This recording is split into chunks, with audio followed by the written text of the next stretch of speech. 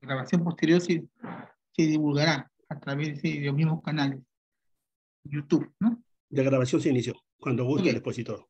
perfecto. Ante todo, buenas tardes con los compañeros presentes y con los que nos van a seguir en YouTube, ¿no?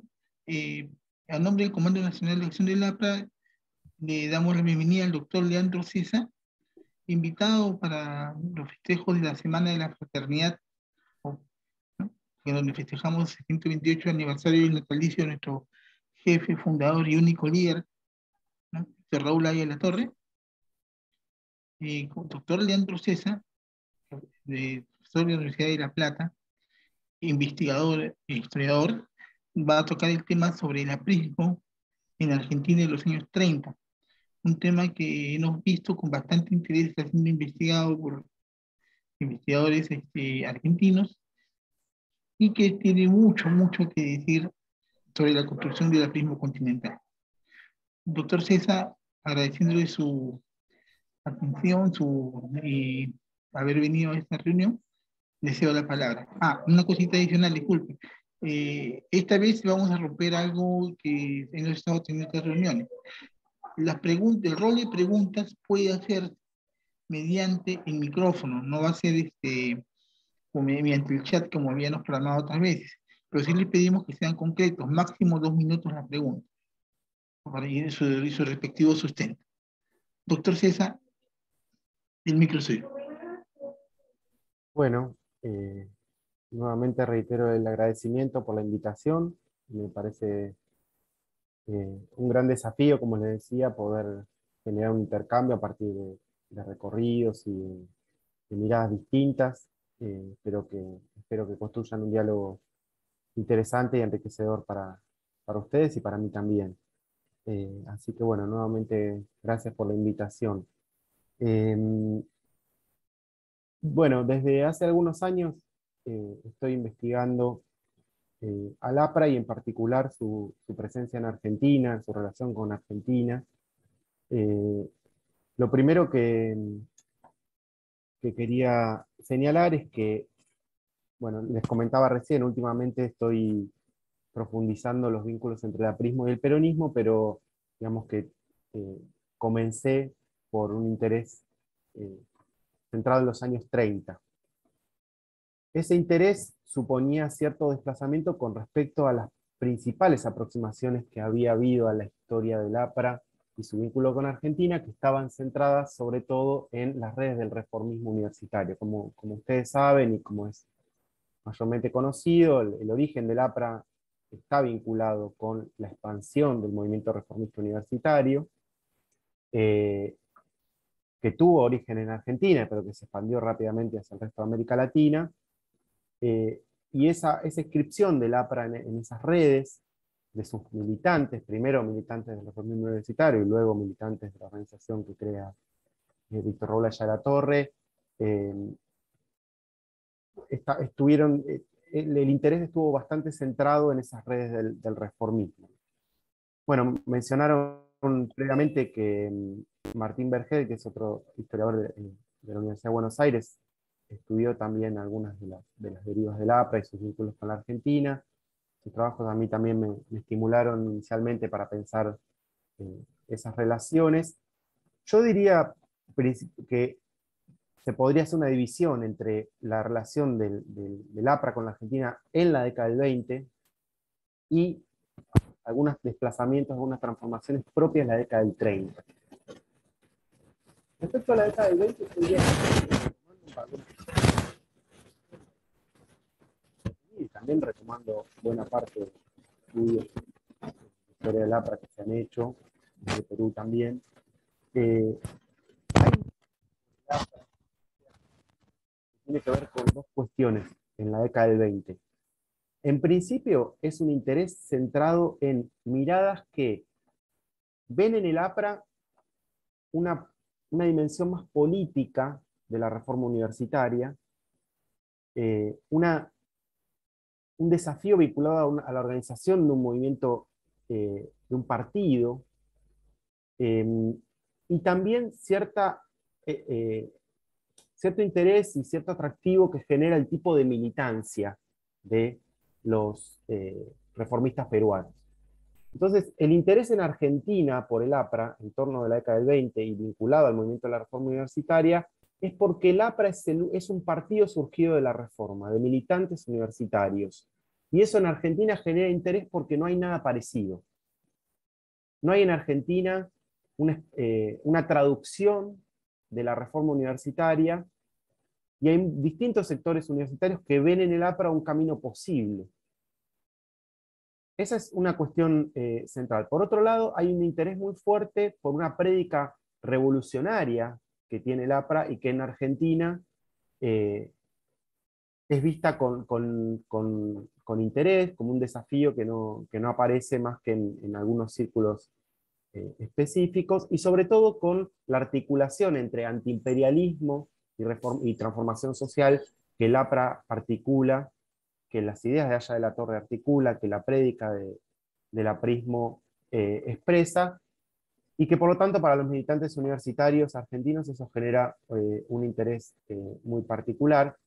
Eso se ve claramente en la recepción que tienen los militantes peruanos exiliados después de 1923, que rápidamente se ingresan en los círculos de reformismo universitario, que son muy bienvenidos por muchos de los dirigentes universitarios, y que rápidamente empiezan a ocupar lugares relevantes en las organizaciones antiimperialistas en Argentina o en las organizaciones del movimiento estudiantil. Los casos quizá más resonantes y más conocidos son la participación de Manuel Seoane, cercano a Alfredo Palacios en la Unión Latinoamericana, también el liderazgo que tiene rápidamente Luis Seize en el movimiento estudiantil platense, la ciudad de La Plata, que es la ciudad donde vivo y me formé. Pero en general diría que en la década del 20 está ese interés por el APRA que tiene que ver con ciertos límites, cierto lenguaje más bien centrado en la vida universitaria, con poca proyección hacia otras esferas de lo social.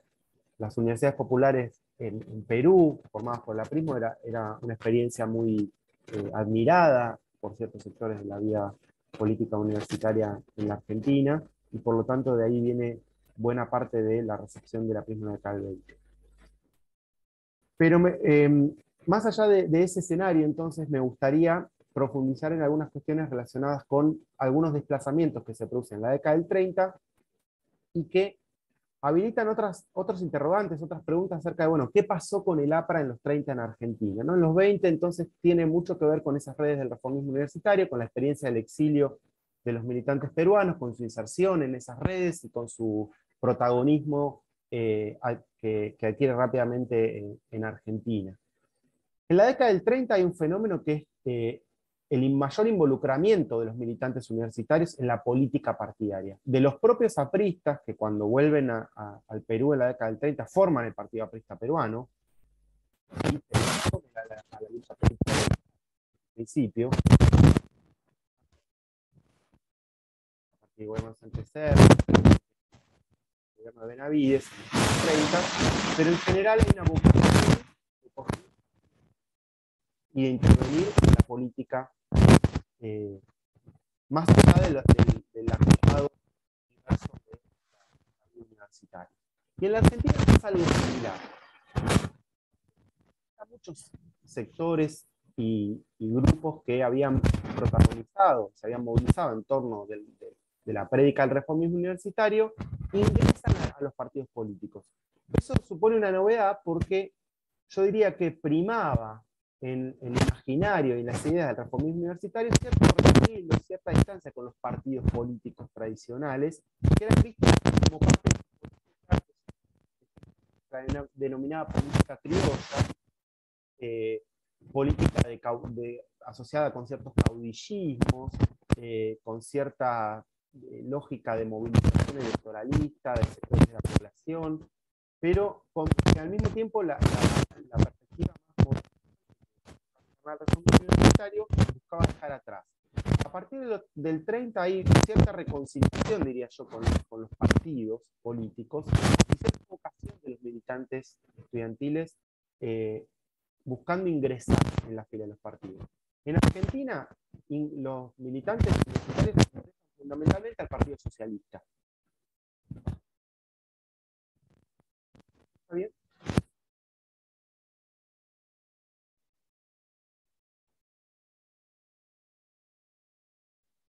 ¿Sí? Parece que su conexión de audio está un poco floja, Ah, ¿no? Hay una pequeña interferencia ahí. hola. O sea, perfecto, Ahora sí. perfecto, Le voy a gracias. acercar un poquito el micrófono. Bueno, les comentaba, en Argentina, la mayor parte de los militantes que habían formado parte del movimiento reformista universitario ingresan al Partido Socialista. Otros lo hacen a la Unión Cívica Radical, algunos al Partido Comunista, pero yo diría que principalmente el Partido Socialista, partido en el que se identificaban algunos referentes del movimiento reformista universitario en Argentina, como Manuel Ugarte o como Alfredo Palacios. El Partido Socialista es el que mayormente recibe militantes del reformismo universitario. ¿Qué pasa con las miradas sobre el APRA? ¿Qué lugar ocupa el APRA en Argentina en los 30?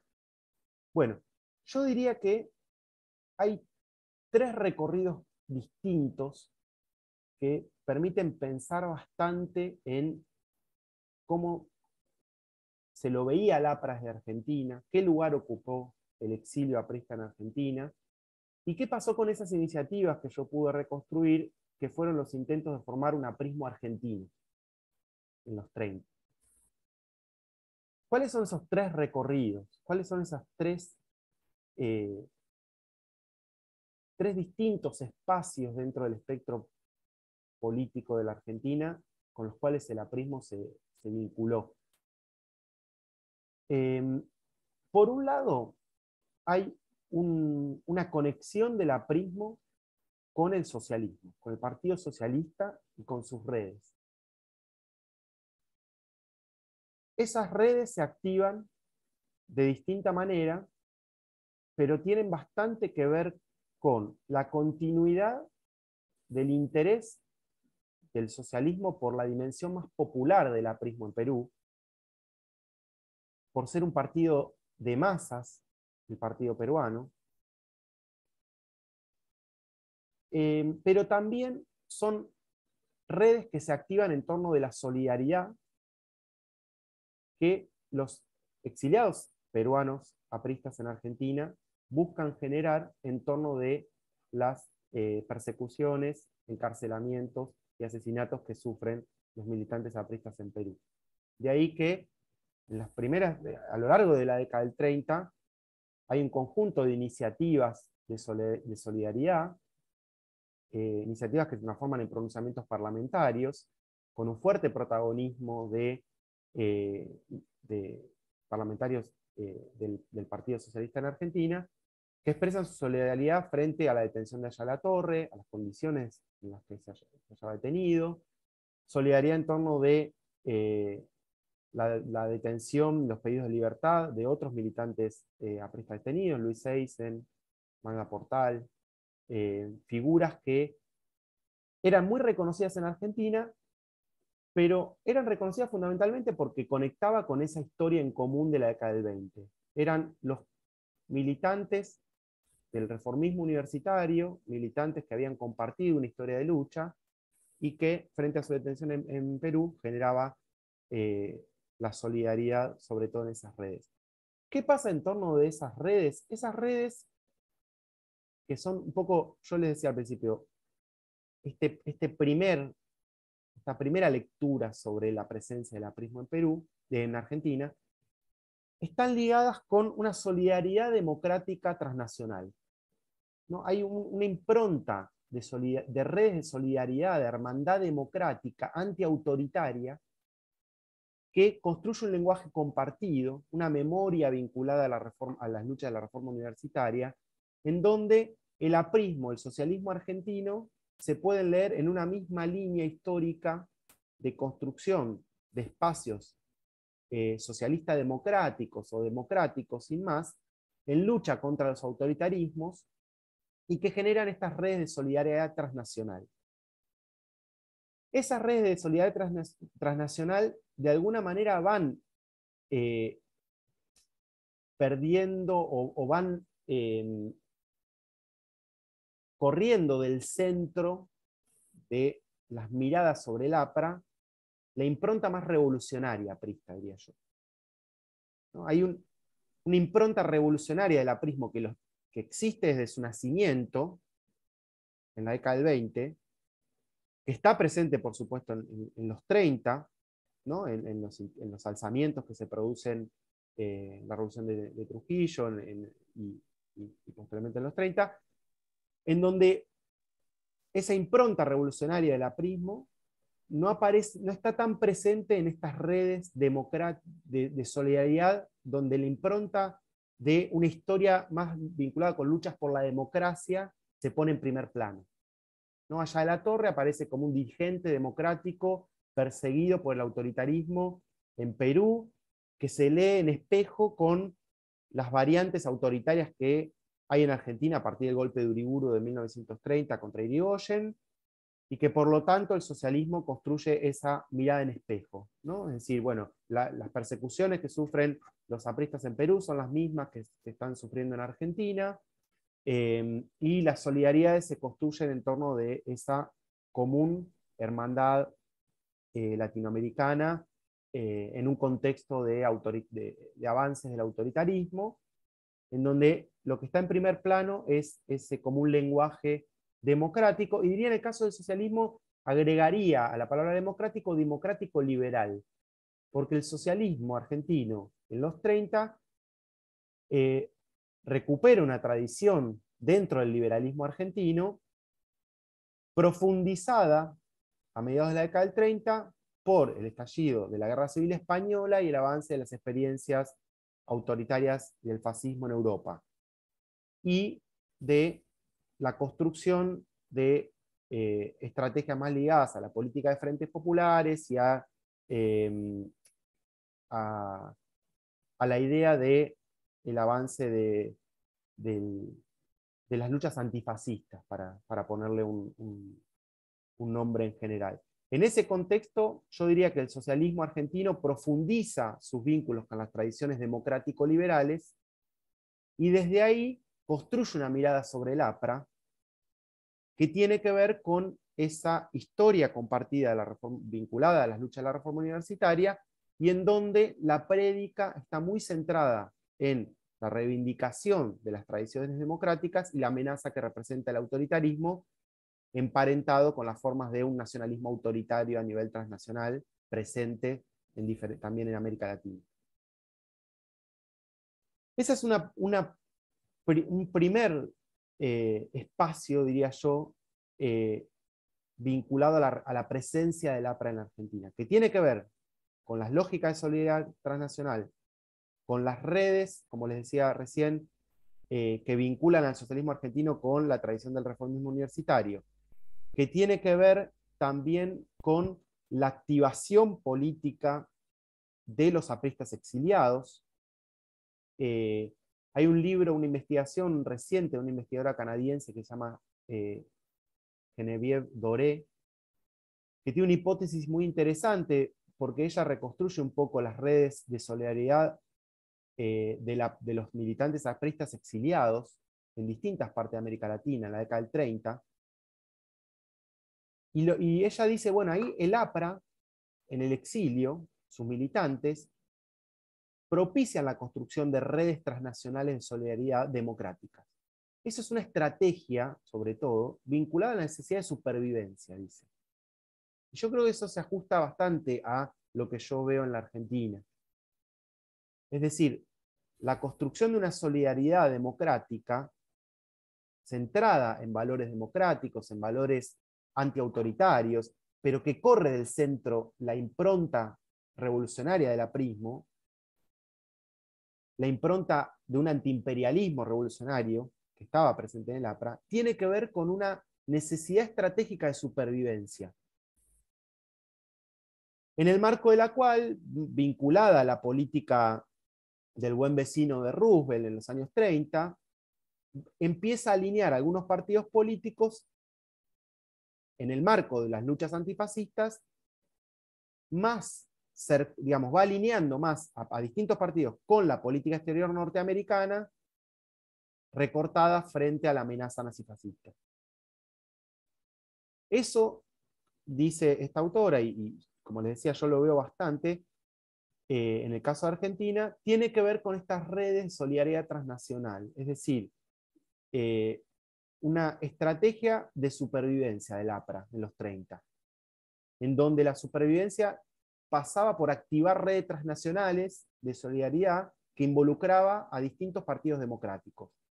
En el caso de Argentina, diría yo, esos partidos es principalmente el Partido Socialista, aunque también la Unión Cívica Radical. Cualquier pregunta pueden interrumpir, no hace falta que estén al final las preguntas, ¿no? Porque por ahí hay cosas que se van perdiendo. Pero me interesa bastante este primer recorrido, ¿no? Y este primer recorrido que tiene que ver con la presencia del aprismo en la Argentina, con la activación de las campañas de solidaridad de sus militantes exiliados, primero Manuel Sebane, nuevamente a principios de los 30, que luego se traslada a Chile, Andrés Tausen Escurra, con más continuidad en su exilio en la Argentina en la década del 30. En general, redes apuntaladas también por la figura de otros exiliados, como Luis Alberto Sánchez de Chile, muy activo, digamos, en la construcción de redes transnacionales de solidaridad con el APRA a lo largo de la década del 30. Entonces diría que un aspecto, repitiendo esta primera idea, un primer espacio vinculado a la presencia del APRA argentina en los 30 tiene que ver con esto que yo diría una tradición socialista democrática que ve en el APRA un partido hermano, que ve en el APRA un partido emparentado con esa tradición y que en ese gesto desplaza la impronta de un antiimperialismo más revolucionario. Lo voy a dejar así, después lo podemos conversar o lo podemos profundizar. Pero no queda ahí, digamos, la cuestión de la presencia del APRA en la Argentina en los 30. Por eso es que yo propongo dos espacios más vinculados a la presencia del APRA. Un segundo espacio tiene que ver con un emergente discurso nacionalista, discurso y práctica de políticas e iniciativas políticas y político-intelectuales nacionalistas en la década del 30, que yo emparentaría o filiaría con algunos sectores de la Unión Cívica Radical, de un partido que había surgido a finales, como ustedes saben, a finales del siglo XIX, antioligárquico en sus orígenes, pero que en la década del 30 está dirigido por una figura que es Alvear, que es un dirigente con una impronta también más liberal, y que en la década del 30 tiene una ruptura de algunos sectores que reivindican más la herencia irigoyenista del radicalismo. Irigoyen había muerto, y que son anti-alvearistas, algunos que en torno de una figura clave en el vínculo con el APRA, que es Gabriel del Mazo, clave porque había sido un dirigente estudiantil muy cercano a Latorre en la década del 20, y que en el 30 del Mazo, junto con otros dirigentes y figuras político-intelectuales relevantes, forman una agrupación que se llama Fuerza de Orientación Radical de la Joven Argentina, que se llama Forja. Forja es como les decía, es un desprendimiento, un espacio desprendido de la Unión Cívica Radical, que va a acoger a unos dirigentes políticos e intelectuales relevantes en la Argentina, como Raúl Scalabrini Ortiz, como el propio Gabriel del Mazo, como Arturo Jaureche.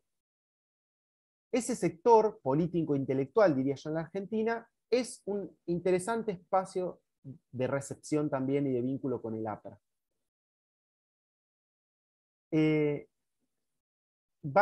Ese espacio no va a tener tanto la impronta de reivindicación del APRA dentro de una tradición democrático-liberal, sino que por el contrario va a encontrar en los discursos apristas, en ciertas ideas del APRA y en ciertas iniciativas, en cierto lenguaje, pero sobre todo en la impronta antiimperialista del APRA, una referencia para apuntalar una crítica, hoy diríamos, a la dependencia de las economías latinoamericanas, fundamentalmente en la Argentina a la crítica a la presencia del capital inglés, vinculado a la explotación de a la presencia de empresas inglesas y la explotación de los ferrocarriles, a los acuerdos que involucraban al gobierno argentino con Inglaterra respecto de la exportación de granos.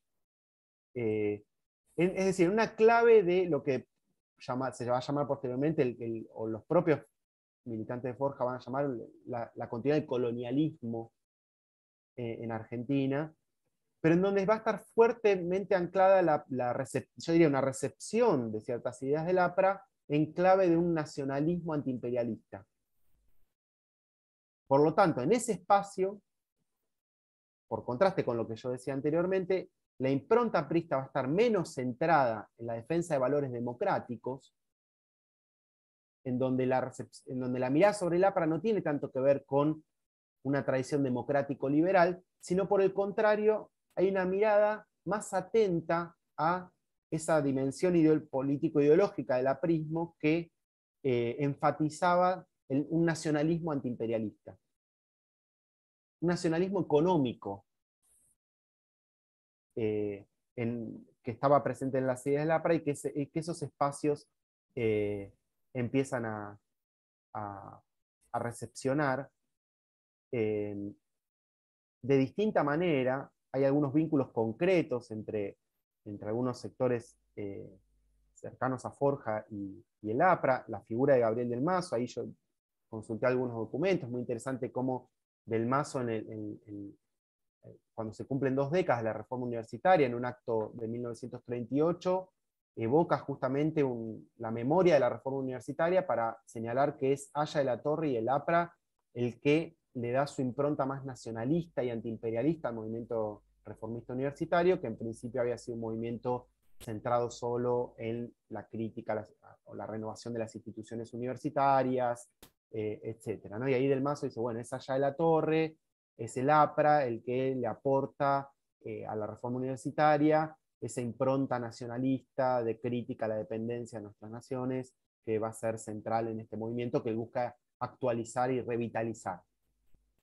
Por lo tanto, es interesante cómo en la Argentina el APRA es una disputa por la memoria también de la reforma universitaria.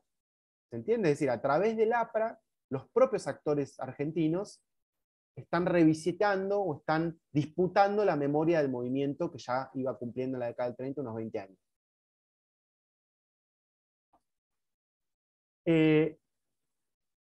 Ese sería entonces un segundo espacio en donde el énfasis está puesto, sobre todo, como les decía recién, en los aspectos más político-ideológicos de una perspectiva antiimperialista, nacionalista, un nacionalismo económico que ciertos militantes argentinos reconocen en el aprismo y que está ligado con, o inspira, o se emparenta, o hay un diálogo posible, concreto en ciertos vínculos, pero en general como una matriz político-ideológica que emparenta al APRA con Forja, y en general diría con cierto espacio de un nacionalismo emergente, que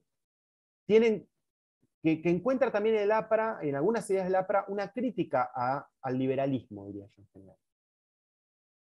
Al liberalismo en general, que está siendo cuestionado de distintas perspectivas en los 30.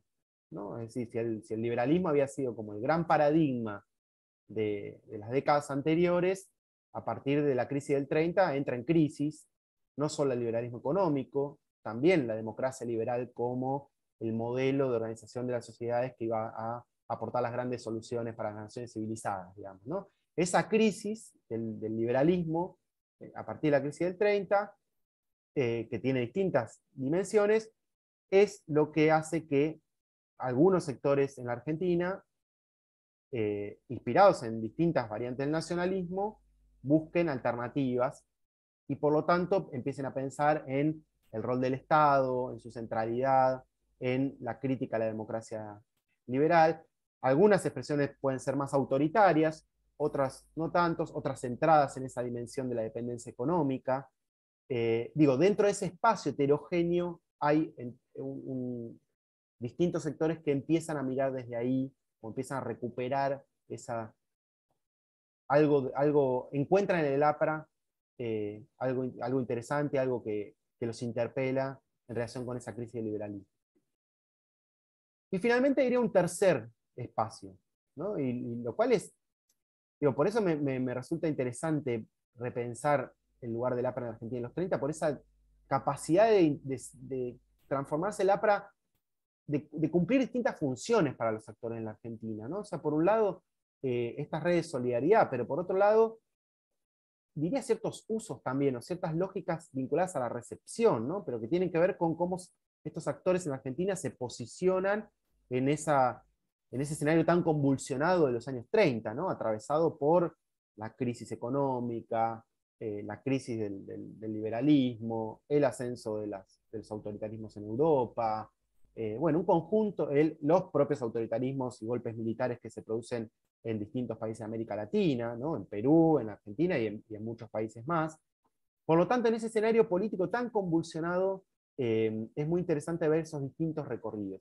El tercer espacio, la tercera dimensión vinculado a la presencia del aprismo en la Argentina, tiene que ver con sectores que buscan desplegar iniciativas de un aprismo argentino.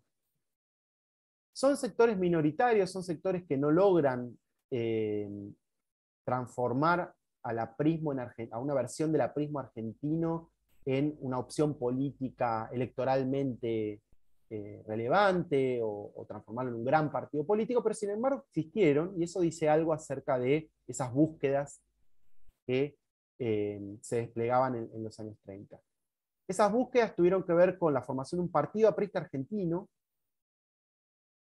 que surgió por iniciativa de militantes argentinos y hasta donde yo sé no estuvo demasiado articulada orgánicamente con el aprismo peruano, pero que expresaba esa presencia transnacional del APRA, ¿no? Es decir, el hecho de que hubiera un grupo de militantes en Argentina que buscaran crear un partido aprista argentino muestra claramente la presencia, la relevancia que tuvo el APRA en la década del 30, ¿no? Como una fuerza política con fuerte presencia transnacional, no solamente limitada a los exiliados peruanos.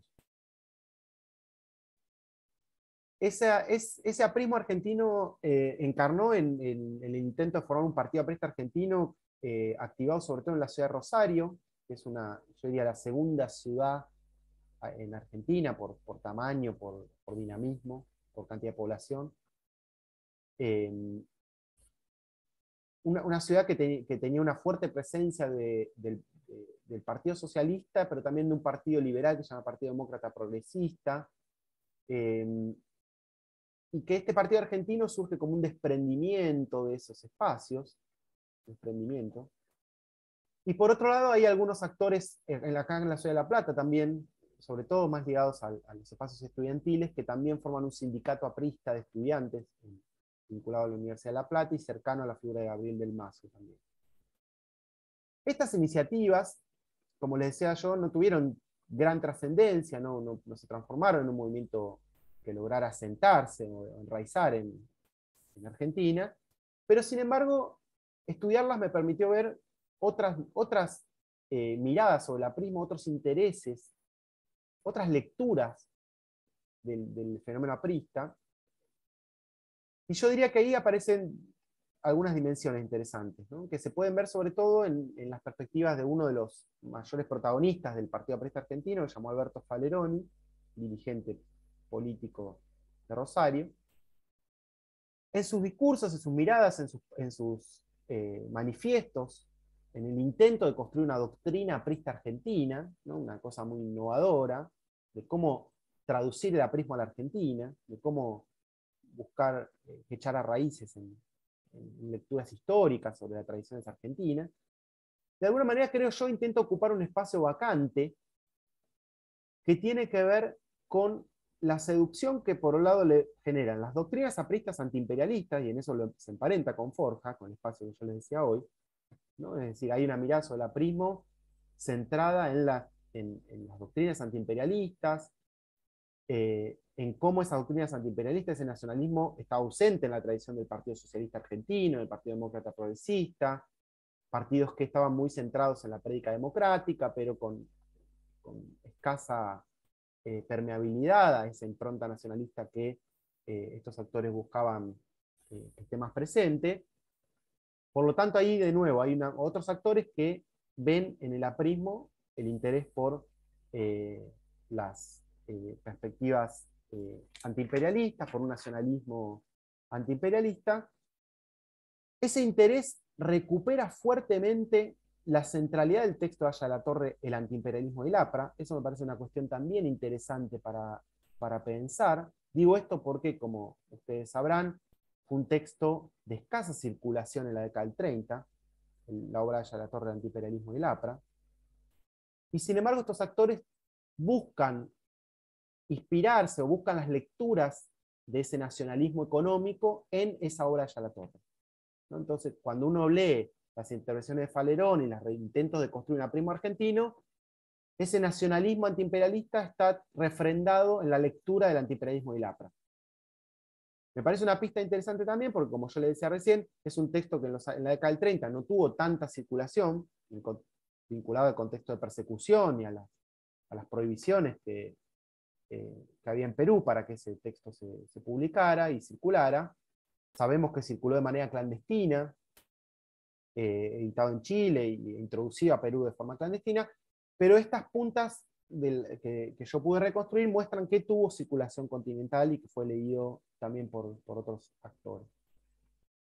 Y por otro lado, en las perspectivas de estos apristas argentinos, el APRA, pero es un partido en el que encuentran también una forma de organización política, a partir de la organización en células, a partir de las perspectivas de un partido disciplinado, un partido que reconocía en Aya-Latorre un liderazgo claro, y que ese tipo de partido se llevaba bastante mal con la tradición democrático-liberal en la Argentina. Entonces, fíjense qué paradójico, podríamos decir. El APRA era un partido que era mirado con interés, con atractivo, por sectores del Partido Socialista Argentino, que reconocían una herencia en común, un lenguaje más ligado a las tradiciones democrático-liberales, pero también era visto con interés por sectores que eran críticos de esa tradición democrático-liberal y que encontraban en el APRA otros aspectos: su impronta antiimperialista, su modelo de organización partidaria, el liderazgo de Aya-Latorre, la estructura de organización, su modelo de partido disciplinado. Expresaba una vacancia en la Argentina, y tal es así que los militantes apristas en la Argentina, los apristas argentinos, cuando tenían que explicar qué era el APRA a interlocutores que no les resultaba tan familiar ese partido, muchas veces tenían que explicar que no era ni comunismo ni fascismo. Eso me resulta un tema muy interesante, es decir, ¿por qué en Argentina, cuando aparecían ciertas perspectivas reivindicativas del APRA, enseguida se las tendía a asociar o con el comunismo o con el fascismo? Ahí hay unas cuestiones muy interesantes para pensar, pero que tienen que ver con esta vacancia, ¿no? Con ciertos sectores críticos del liberalismo que buscaban en el APRA inspiración para perspectivas nacionalistas desde lo económico, antiimperialistas, pero que al mismo tiempo buscaban un modelo de partido diferente al que reconocían la tradición democrático-liberal del Partido Socialista o de la Unión Cívica Radical más tradicional. Esa perspectiva también miraba de reojo otro escenario en América Latina, que es la presidencia de Lázaro Cárdenas en México. El cardenismo en México es otro modelo de un nacionalismo revolucionario. Yo le pondría ese nombre, nacionalismo revolucionario, que seducía también a ciertos sectores en Argentina. Algunos de esos sectores recién van a encontrar un espacio al que integrarse con la irrupción del peronismo. En 1945, muchos años después. Pero que en la década del 30 están tratando o ven en el APRA algo vinculado a un modelo de partido ausente en la Argentina, una impronta de un nacionalismo revolucionario que ven en el México de Cárdenas y que leen también en ciertas tradiciones del APRA, y que están pensando que se pueden aclimatar o que son un espacio de vacancia dentro de las tradiciones políticas o político-ideológicas en Argentina. Con esto lo que quiero mostrar es las distintas lecturas, interpretaciones, recepciones, diálogos posibles entre actores políticos de la Argentina y el aprismo. Atravesado por distintas dimensiones, atravesados por búsquedas dispares, que a mí me hace pensar en, y esto lo pongo en diálogo seguramente con ustedes, en cierta impronta original que el APRA tiene, y que podía producir lecturas diferentes a partir de la recepción en escenarios, en contextos dispares.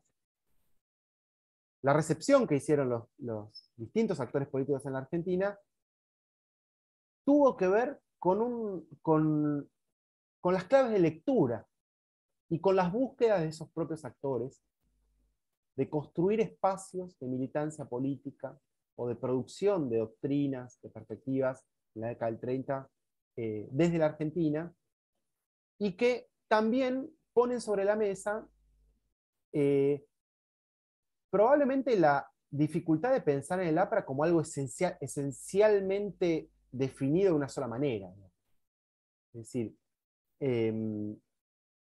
y esto lo podemos conversar, ¿no? De decir, bueno, el APRA es o fue algo definido de una sola forma, un cuerpo de doctrina homogéneo, o fue tantas cosas como sectores buscaron interpretarlo, conducirlo, ofrecerle cierta impronta, y me parece que acerca de esa heterogeneidad posible, o que convivía en el APRA, o que convive, y lo dejo así para conversar, ¿no?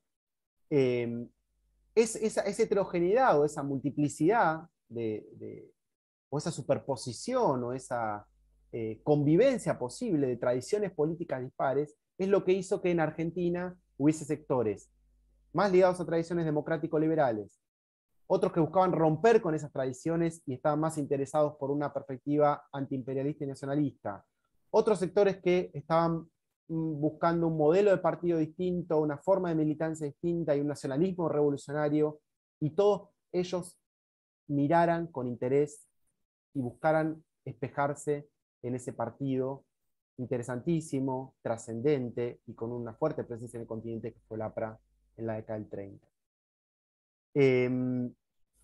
Bueno, si les parece, termino acá con la intención solamente de abrir una conversación, de profundizar en los aspectos que ustedes consideren necesarios, pero, repito, quería enfatizar estos tres itinerarios distintos que tienen que ver con la presencia del APRA en la Argentina en la década del 30. Tres itinerarios que contribuyen a pensar en las distintas tradiciones político-ideológicas que conviven o convivieron en el APRA, que estuvieron y están en disputa tal vez, y que se ven, que se vislumbran, que se iluminan, que quedan, me parece, claras, viendo sus distintas recepciones en la Argentina de los 30, atravesada por un contexto histórico específico, que me parece que fundamentalmente tiene que ver con el impacto de la crisis del 30, la crisis del liberalismo, su impacto en ciertos desplazamientos con respecto a la tradición del reformismo universitario y el escenario latinoamericano en general propio de la década del 30. Bueno, espero que haya sido clara la presentación y les repito, me parece que lo más fructífero puede ser lo que empieza ahora, es decir, bueno, preguntas, comentarios e intercambios que ojalá hayan despertado la presentación. Gracias, doctor César. Bien, como dijimos al comienzo, cada pueden preguntar, no hay problema, intervenir y hacer comentarios, un promedio de 3 minutos, por favor, para que con la idea La completa. palabra, si me permite la palabra, compañero. Adelante, compañero Bejarano. No, por favor, en orden, puede pasar. Puede hablar el compañero Bejarano, no hay problema. Compañero, en verdad lamento haber ingresado un poquito tarde, casi como con 15 minutos de retraso por razones de carácter familiar y laboral. Pero bueno, he escuchado con sumo agrado casi el 80 al 70% de la exposición del compañero y amigo Leandro. Y es importante remarcar, puntualizar el aprismo en Argentina. Claro que la exposición se refiere concretamente a los años 30, pero recordemos que en esa dimensión universal, y no estamos exagerando, en esa dimensión mundial que tenía Víctor Raúl, diversos personajes de diversos tiempos estuvieron vinculados a él. El expresidente argentino Hipólito Yrigoyen, hasta en 2 oportunidades lo recibió en Palacio de Gobierno cuando era presidente de Argentina, y Víctor Raúl todavía era un joven estudiante. Bien ha recordado Leandro cuando sacudió en América Latina, y Aya de la Torre fue uno de los animadores, no solamente con Gabriel del Mazo, con José Ingenieros, con Ricardo Rojas, con Alfredo L. Palacios, tremendo filósofo, que fueron pues protagonistas de la reforma universitaria, que tuvo eco pues en casi toda, si no en toda América Latina. Y obviamente en el Perú también tuvo bastante protagonismo. Creo que la presencia de Víctor Raúl, y hay que anotar también que se escribieron no solamente libros, sino se fundaron revistas, periódicos, folletines, que eran de agitación no solamente política, sino cultural. Y recordemos que en Argentina se gestaron los movimientos o las ligas antiimperialistas, pero que Aya de la Torre, Víctor Raúl, le da otra lectura y otra mirada al imperialismo. Y es Víctor Raúl que dice a quienes hacían teoría, escribían y tenían largos debates, muchas veces muy académicos, muy exquisitos intelectualmente, y Víctor Raúl decía, acá de lo que se trata es de tener una acción, no solamente un pensamiento, sino una acción política contra el imperialismo como fenómeno que es, como fenómeno político. Y que en esos años, por cierto, el imperialismo era un tigre, era un león, pues, devorador.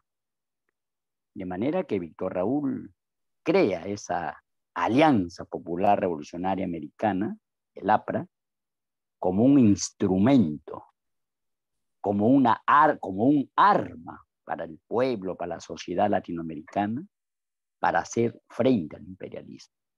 Más allá del teoricismo y del academicismo, que eran las ligas antiimperialistas. Con José Ingenieros tuvieron pues grandes conversaciones, y es José Ingenieros, y acá retrocedo un segundo, quien le dice, tienes que entrevistarte, tienes que hablar con Hipólito Yrigoyen. De manera pues que la exposición que hace el amigo, el profesor Leandro, muy importante. Es en Argentina, pues, uno de los lugares. Yo me acuerdo en el año 1995, cuando se cumplían 100 años del nacimiento del maestro Aya de la Torre, en el Perú se le hizo un gran homenaje. ¿Y saben quiénes vinieron de Argentina? Varios políticos socialistas, socialdemócratas. Y me acuerdo que Raúl Alfonsín se dio un discurso descomunal en la que la biografía de Víctor Raúl, el perfil de Víctor Raúl, esa resiedumbre intelectual, esa resiedumbre moral, lo anotó muy bien y lo reafirmó. Raúl Alfonsín a la postre ya había sido presidente argentino. De manera pues que las huellas, la andadura, la trayectoria, el paso, el trajinar de Víctor Raúl en Argentina y el pensamiento aprista, creo yo que es importante reafirmarlo y que está vigente, compañero Leandro, está vigente. Ya la cuestión organizativa, la cuestión orgánica del partido, esa es otra cosa, ese es otro tema. Pero la teoría, la configuración ideológica, la resiedumbre y doctrinaria. Disculpa la interrupción, compañero Bejarano. Disculpe la interrupción. Estamos en estación de preguntas, compañero. Los demás compañeros están esperando para hacer su pregunta. Le agradeceré que la concrete. Muchas gracias. Gracias, compañero.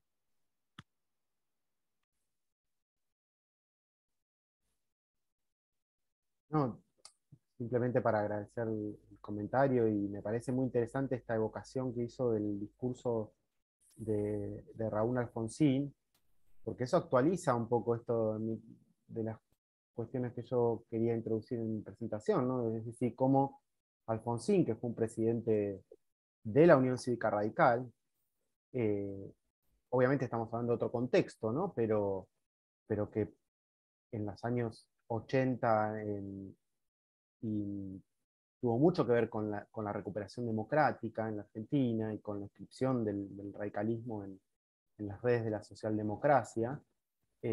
Bueno, tenía en el APRA una interlocución, ¿no? En los años 80, Alan García también despertó mucho interés en la Argentina, ¿no? En los años 80 había muchos sectores que cantaban en algunas movilizaciones. Al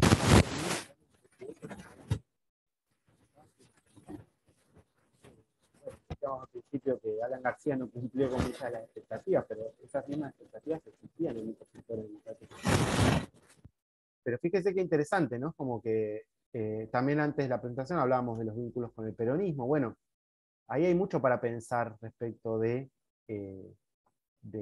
cómo desde Argentina, y coincido en que Aya Latorre y el aprismo, y parte de mis investigaciones y mi intervención apuntan a enfatizar justamente la relevancia que tuvo el APRA en la Argentina en los 30, más allá de las redes de la región universitaria. Cuando empecé mi exposición decía, mucho se ha dicho acerca de Aya Latorre y el APRA en relación con la reforma universitaria, porque claro, ese vínculo con Irigoyen, con Gabriel del Mazo, tuvo que ver también con los viajes de Aya Latorre al principio de la década del 20, con su presencia en Chile, en Argentina, en Uruguay, pero las explicaciones acerca de la persistencia del APRA en el imaginario político e intelectual argentino tienen muchísimo que ver con cómo desde Argentina se miró con interés la idea de Aya Latorre. Muchos de los libros de Aya Latorre fueron publicados primero por iniciativa de Gabriel del Mazo y de otros actores acá en Argentina en la década del 20, y esas redes persistieron en la década del 30 y se complejizaron a partir de esto que yo intenté presentar, ¿no?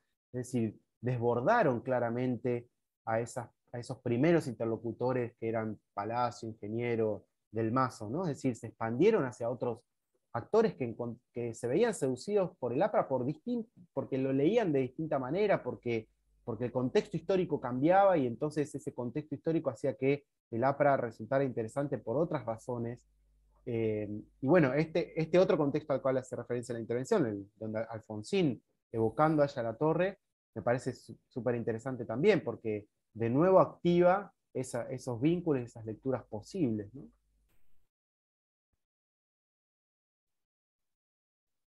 Bien.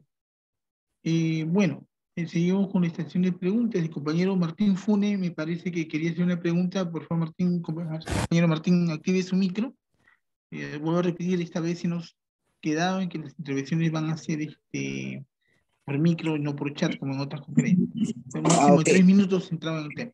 Oh, corto, nada más, buenas noches y un saludo al expositor en esta noche. Si bien es cierto, interesante todo lo que nos ha explicado en los años 30, ¿no? De la presencia del APRA en Argentina con sus líderes históricos importantes. ¿Hasta cuándo se proyecta esa presencia en el APRA? ¿Los años 30 o posteriormente en los años 40? Esa presencia del APRA en la Argentina. ¿Y por qué motivos o cuáles fueron las circunstancias en que, por ejemplo, comenzaría ya esa presencia a bajar, ¿no? En los años posteriores? Eso simplemente. Gracias. Bueno, voy a dar una respuesta un poco preliminar porque yo les comentaba hoy que estoy empezando a profundizar el estudio de los vínculos entre aprismo y peronismo, que me resultan muy interesantes. Yo diría que ahí todavía hay una presencia importante del APRA, pero también el APRA en los años 40 es un partido muy convulsionado, ¿no? Es un partido que enfrenta una crisis en los años 40, el APRA. Y bueno, por eso me parece interesante estudiar esos vínculos con el peronismo, porque ahí también encuentro sectores del aprismo muy reactivos al entendimiento con el peronismo en Argentina en los años 40, ¿no? Yo diría Luis Alberto Sánchez principalmente, como un intelectual que fuertemente en los años 40 y 50 buscaba despegar al aprismo del peronismo. Y creo que Aya La Torre también, con la particularidad de que se encontró durante muchos años refugiado en la Embajada de Colombia, ¿no? Y ahí hay una fuerte interferencia, digamos, a su participación activa en algunas de las redes del aprismo en los años 50. Pero hay otros sectores, algunos exiliados en Argentina, identificados con el aprismo, que buscan un entendimiento con el peronismo. Incluso eso está relatado también por Armando Villanueva, ¿no? En algunos de sus textos autobiográficos, en donde relata sus encuentros con Perón. Encuentros con Perón que buscaban que el peronismo apoye un levantamiento armado para derrocar a Odría. Digo, ahí hay mucho, o sea, ahí la presencia del aprismo sigue, y hay, en ese texto Armando Villanueva dice, conversábamos al principio, que Perón, cuando se encuentra con algunos de los exiliados apristas en peruanos en Argentina, dice, mi texto de referencia siempre fue el antiimperialismo del APRA, o sea, buscando filiar ideológicamente al peronismo con el aprismo, cosa que para algunos apristas era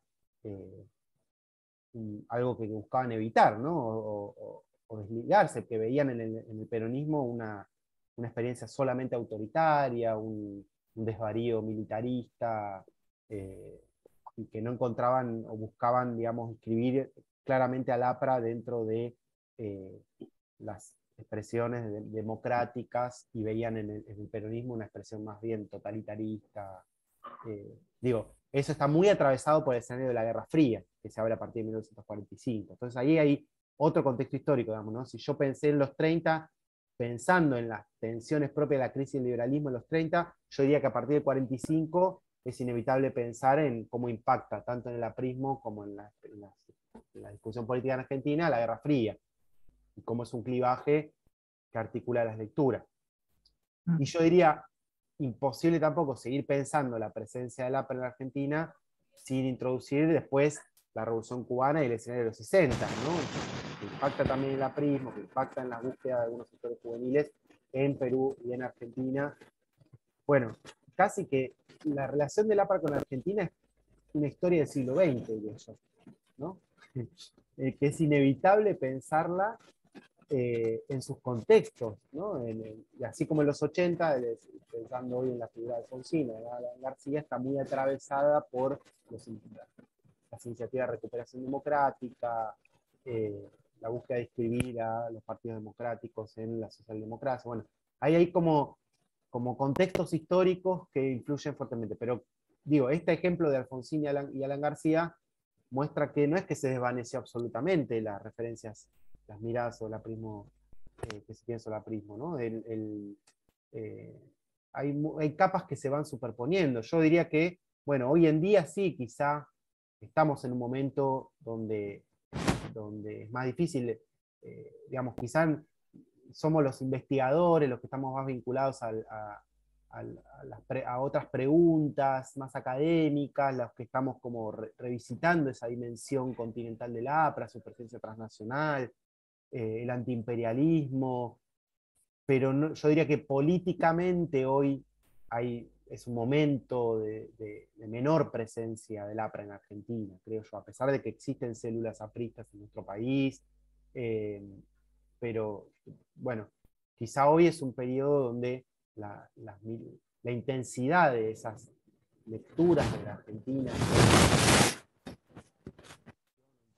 están quizá en un momento de menos credibilidad. Pero bueno, es una historia que es inescindible de los distintos contextos históricos, pero que es muy potente de los años 20 hasta los años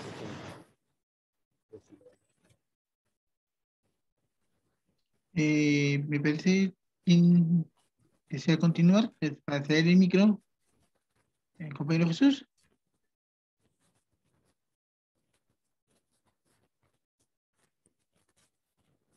Active su micro, compañero.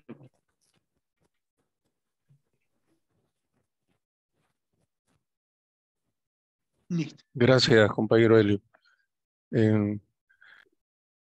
Una pregunta, agradeciéndole la exposición al doctor César.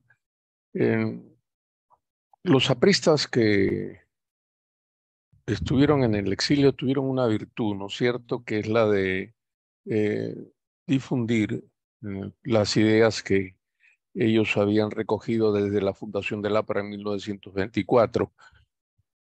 El carácter en ese entonces era, digamos, fundamentalmente revolucionario.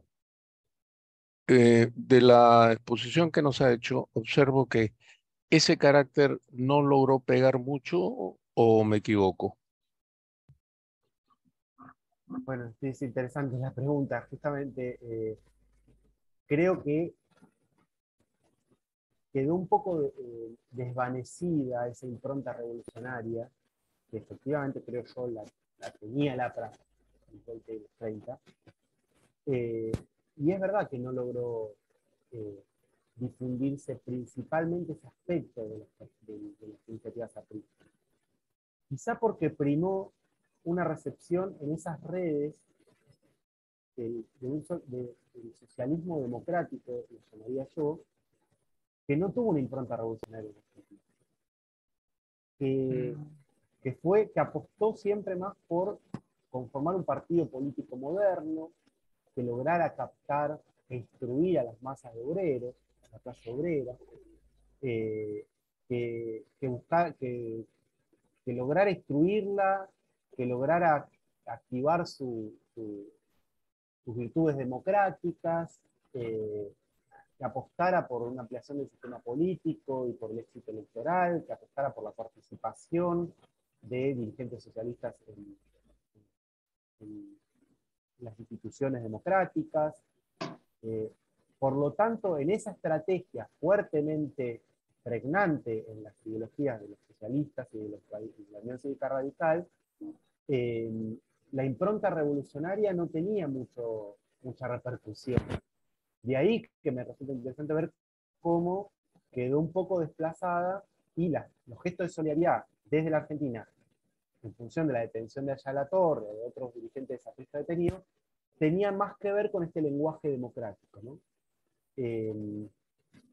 Ahora, ahí está la pregunta acerca de si fue solamente una cuestión de que los socialistas democráticos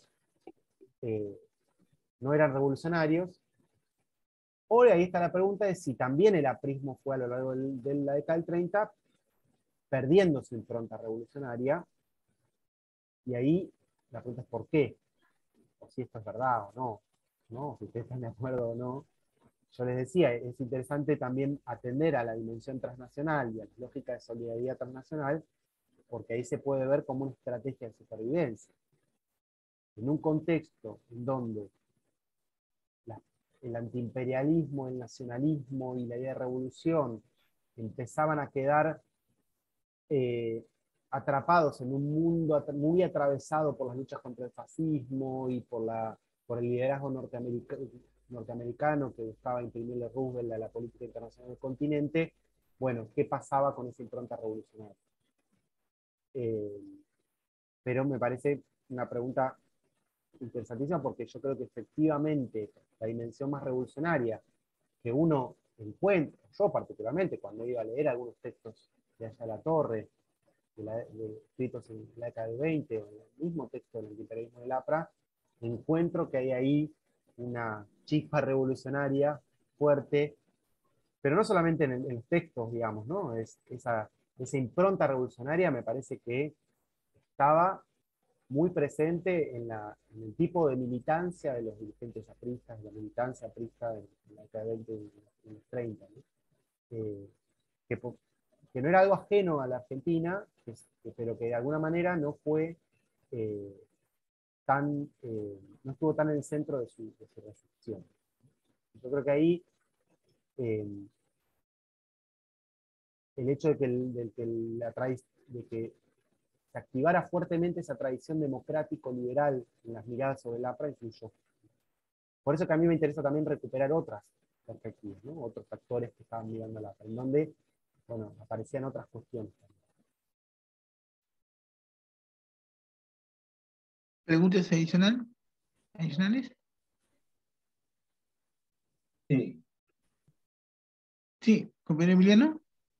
sí, he entendido que mucho de la presencia del aprismo argentina ah, está expresada por estos vínculos de solidaridad, de mirarlo como una lucha contra el autoritarismo, ¿no? Y también hay una fuente de inspiración de una perspectiva de un nacionalismo antiimperialista, de un nacionalismo económico, es decir, que una crítica a la dominación del capital extranjero, ¿no? En nuestro país, el APRA también surge contra una oligarquía. Digamos, la oligarquía era una fuerza dominante que controlaba, tenía muchos recursos económicos y que estaba muy asentado en los sectores de exportación y influenciaba mucho en la política.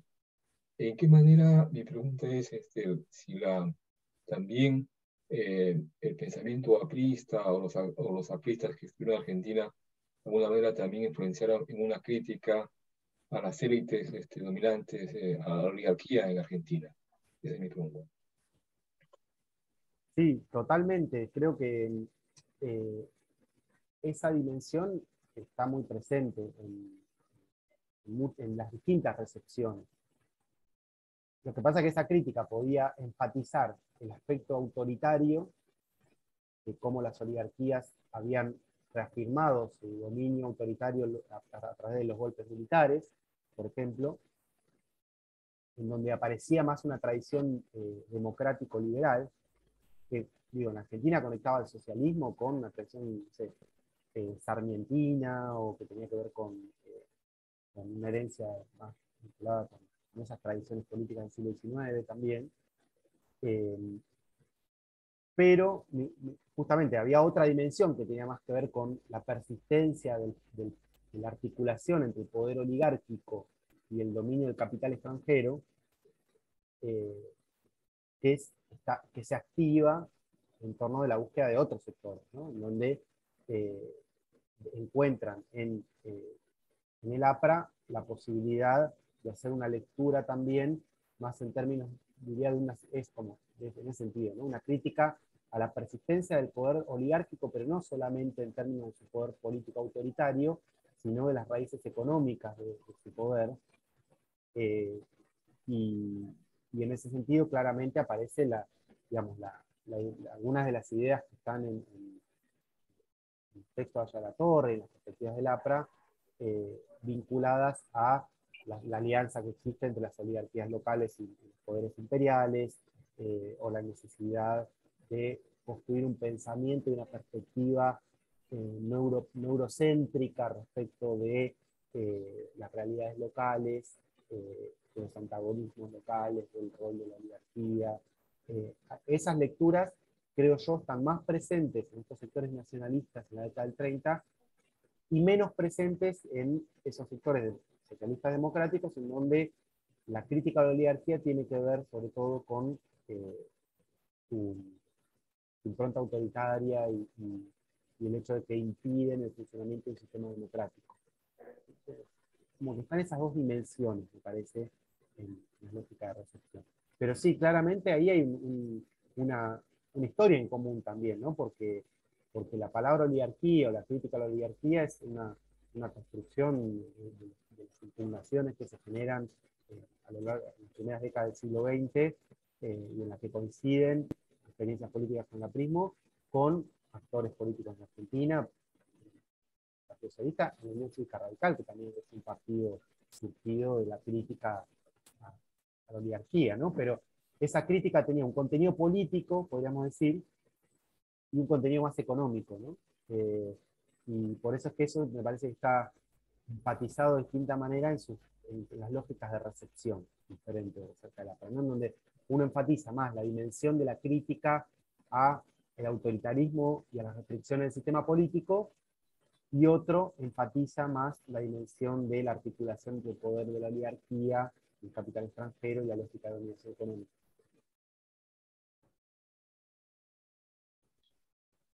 ¿Alguna pregunta adicional, por favor? ¿Se pueden repreguntar también? Helio, si me preguntas, si me permites, perdón. Adelante, adelante, Sí, compañero. sí. Doctor César, usted hace una referencia a lo largo de su exposición sobre el tema del nacionalismo económico.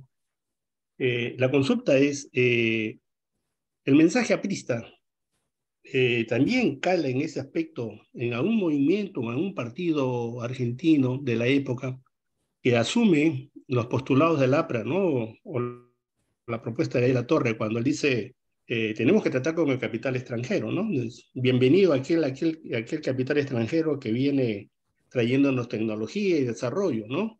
Pero más no ese capital extranjero que viene a traer contaminación y sometimiento. Ella se refería, ¿no?, a esto y decía, ¿cómo tratar con el capital extranjero? He ahí la gran cuestión. ¿Ese axioma también se introduce en la vida política argentina? ¿Hay algún movimiento político que lo recoge? Gracias. Espero su respuesta. Bueno, interesante también esta cuestión. Creo que ahí quizá, creo yo que los sectores nacionalistas que están interesados por el APRA y que traducen el interés por el APRA en las búsquedas que se dan en los 30, está menos presente los beneficios del vínculo con el capital extranjero. Está menos presente. Hay un nacionalismo económico donde se enfatiza la lucha contra el imperialismo. El imperialismo es malo. El imperialismo es coloniaje, el imperialismo es dependencia, aunque no esté formulado exactamente con esos términos, pero hay una lógica, digo, pensando en estos actores nacionalistas de los 30, ¿no? Es decir,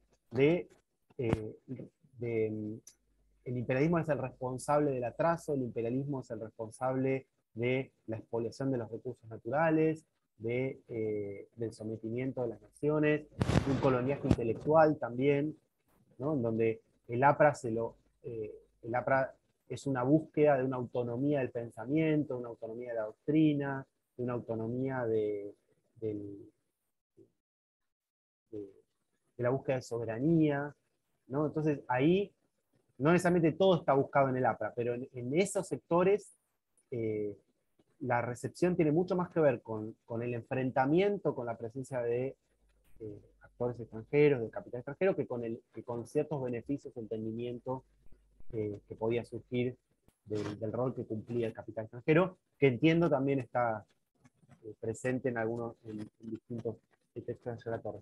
Quizá eso sería una larga discusión, ¿no? Pero pasa menos, voy a decir una opinión que tiene menos que ver con el estudio de la recepción real y más con intuiciones respecto de otros actores políticos de la Argentina.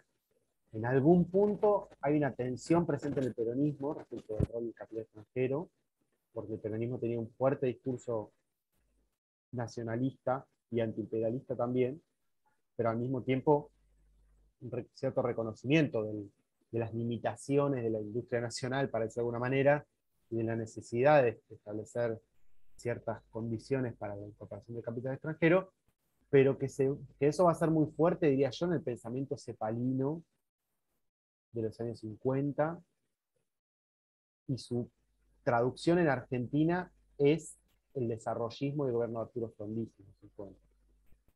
Ahora, yo no sé exactamente, digo esto porque ahí sí está muy presente una relación estratégica con el capital extranjero y un rol dinámico con ciertos límites atribuidos al capital extranjero, pero nunca lo estudié ni estoy muy seguro que ahí haya un diálogo o una recepción de la obra de Ayala Torre, o una lectura de los textos de Lapra o apristas. No lo tengo muy claro respecto de sí, Frondizi, que también es parte del desprendimiento de la Unión Cívica Radical, en otro contexto histórico, en los años 50, si ahí había algún diálogo, alguna recepción, alguna lectura en clave histórica de la figura de Ayala Torre o de esa aprista, ¿no? Pero por eso digo, opino más en el sentido de cómo ahí, en la experiencia histórica de Frondizi y el desarrollismo en Argentina, vinculada con el pensamiento cepalino, de la CEPAL, ¿no? de la obra de Raúl Previch, bueno, ahí hay algo de una mirada estratégica sobre el rol del capital extranjero, pero ahí en ese contexto no estoy seguro si hay una lectura más receptiva de la obra de Ayala Torre, de la historia del Lapra. ¿Alguna pregunta más, por favor? ¿No? ¿Una otra pregunta? Bien, ahora aprovechando que soy el último, como dicen en nuestro país, el que parte y reparte, quería hacerle una pregunta, ¿no? La primera, dentro de la exposición del doctor César, yo he entendido de que la percepción que se tiene que en los 30 se tiene más de la prensa que es un partido nacido de la reforma universitaria, ¿no? De acuerdo. Entonces, por eso es que tiene mayor aceptación los 30 en el sector estudiantil. El APRA en realidad, o sea, como la sección peruana del partido, evidentemente, y el APRA como movimiento realmente es un frente único, ¿no? O sea, de acuerdo a lo que nosotros tenemos en nuestra concepción y en nuestra historia. Evidentemente la reforma universitaria juega un papel importante porque permite decantar una playa de dirigentes, Ángela Torres I, Mambarrón, Manuel Ciobani, un joven Luis Alberto Sánchez, de 18 y 19 años, Luis Alberto Sánchez, demasiado mayores, 23 o 22 años además, ¿no? Y de otros que no, Óscar Herrera, el primer rector de la Universidad Popular de José Prada, ¿no? Gran maestro, poco funcionado, y diferentes que también trabajaron con el partido, fueron dirigentes del partido, fueron militantes al final del partido, y algunos que no, pero que trabajaron directamente también con Ayala Torre en diferentes proyectos, o amigos o allegados al Papa. Dicho esto, nosotros, el APRA nace realmente, si bien existe el antecedente de la reforma, existe el antecedente de la jornada de las 8 horas que nos permitió vincular al movimiento estudiantil con los obreros y abrir las ventanas que necesitaban para poder influenciar. Nosotros nace con la Universidad Popular González Prada, ¿no? O sea, el proceso de la Universidad Popular González Prada es vital para el Partido Aprista, para su nacimiento como tal, porque ahí significa la confluencia de obreros y estudiantes. Se consolida con la jornada por la libertad de conciencia, la famosa jornada del 23 de mayo de 1923, que este año cumplimos el centenario, y por anticipado lo estamos invitando a las de celebraciones y conferencias que vamos a tener, ¿no? Pero consolidamos un movimiento político obrero estudiantil, articulamos una alianza obrero estudiantil. Dicho esto, por este preámbulo, durante los años también de destierro, porque este año también se cumplen 100 años del destierro de Ayala Torre, ¿no? La prisión y destierro. También igual como se cumplen 100 años del regreso de Mariátegui al Perú, ¿no? Se cumplen 100 años del destierro de Ayala Torre, ¿no? Prisión, encerrado y obligado a que lo destierren después de una huelga de hambre, ¿no? de que en 4 días ya pegó una huelga de hambre total, que en 4 días ya había afectado fuertemente su salud y que tuvo consecuencias graves a un futuro posterior. Dicho esto, y durante ese tramo, inclusive el APRA se va formando entre los sectores estudiantiles y obreros, ¿no? A la llegada de la Argentina, las ideas apristas, vuelvo a repetir, ha mencionado de que tienen mayor percepción de aceptación en el sector estudiantil porque lo veían más como un partido nacido de la reforma, no bajo los parámetros que le indicaban, ¿no? Entonces, en los sectores productivos, digamos, los sectores obreros, o sector campesino, donde el APRA también lo incluye dentro de su frente único, el frente único que se explotaba, disculpe, ¿hubo alguna aceptación o hay alguna huella de que haya habido trabajo político en nombre del aprismo argentino, fundamentalmente en los sectores obreros y campesinos? Bueno, es muy interesante la pregunta porque también es,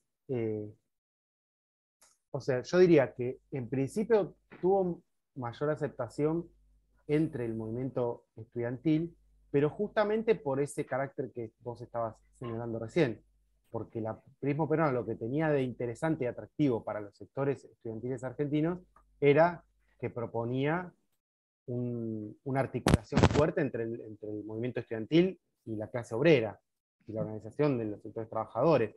Eso era muy atractivo y seductor para el movimiento estudiantil, que tenía escasa capacidad de articular con los sectores trabajadores en Argentina. Entonces, en principio, el interés por el APRA viene bastante del lado de, bueno, acá hay un sector que logró no quedar limitado a la esfera estudiantil, no quedar limitada su acción al ámbito universitario, sino que se transformó en un frente que captó y tuvo la capacidad de articular demandas, como vos señalabas recién.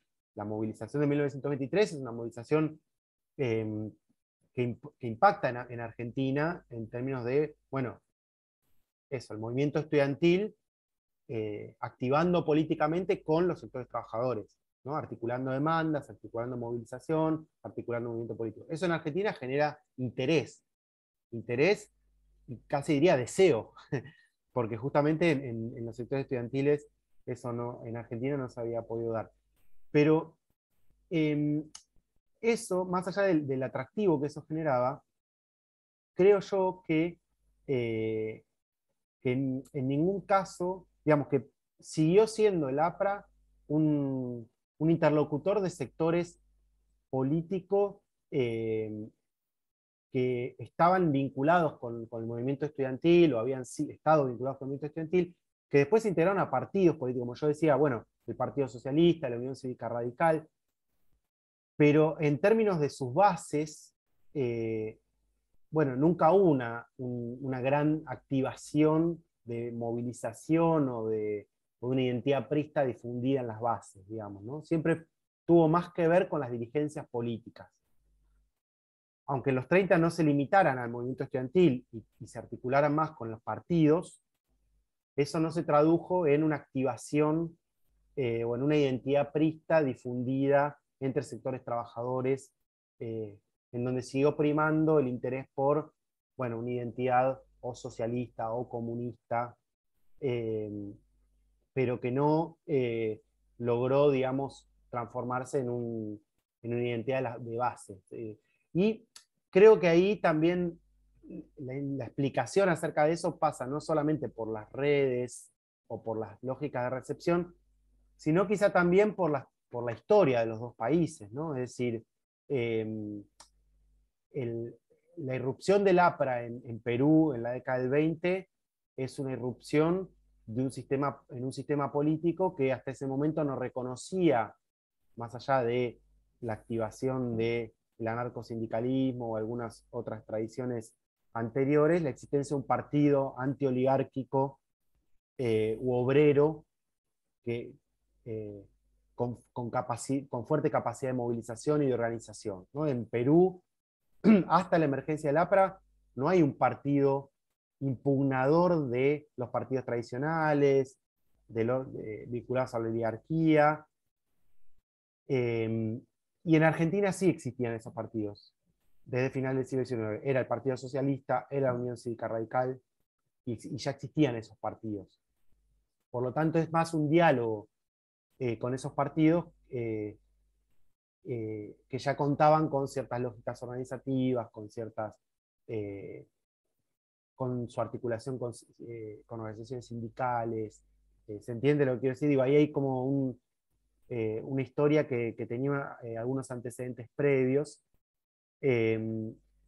Una historia muy ligada también a la organización sindical vinculada con el movimiento, con la inmigración europea que hubo en Argentina, que fue muy fuerte en las últimas décadas del siglo XIX, y que se tradujo en una fuertísima presencia del anarquismo y del socialismo en las perspectivas ideológicas de la organización obrera en las últimas décadas del siglo XIX. Y por lo tanto, digo, eso hizo que la interlocución, la impronta del APRA tuviera más que ver con el diálogo, con las relecturas que los propios partidos hacían de sus ideologías, de sus perspectivas, en la que yo le introduje, que con la capacidad del aprismo de incidir en las bases, en el movimiento obrero o en otros actores. ¿Alguna repregunta, por favor, adicional? Bueno, aprovechando, doctor. Sí, adelante, compañero Jesús. Emiliano. Emiliano. Una de las presencias gigantes de un gran físico y filósofo de la ciencia, Mario Bunge, siempre nos visitaba por el Perú, y en su último libro, Entre dos mundos, donde recuerda que exponía, por ejemplo, en universidades como la de Trujillo, y decía, la ciudad del político ahí en la torre.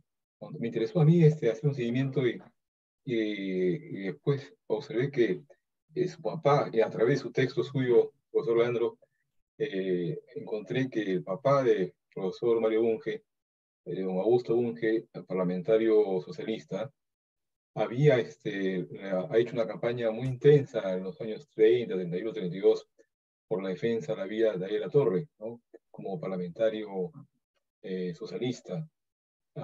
Y lo que refuerza esta idea de, como os he dicho, de una lectura del aprismo en la lucha contra el autoritarismo, ¿no?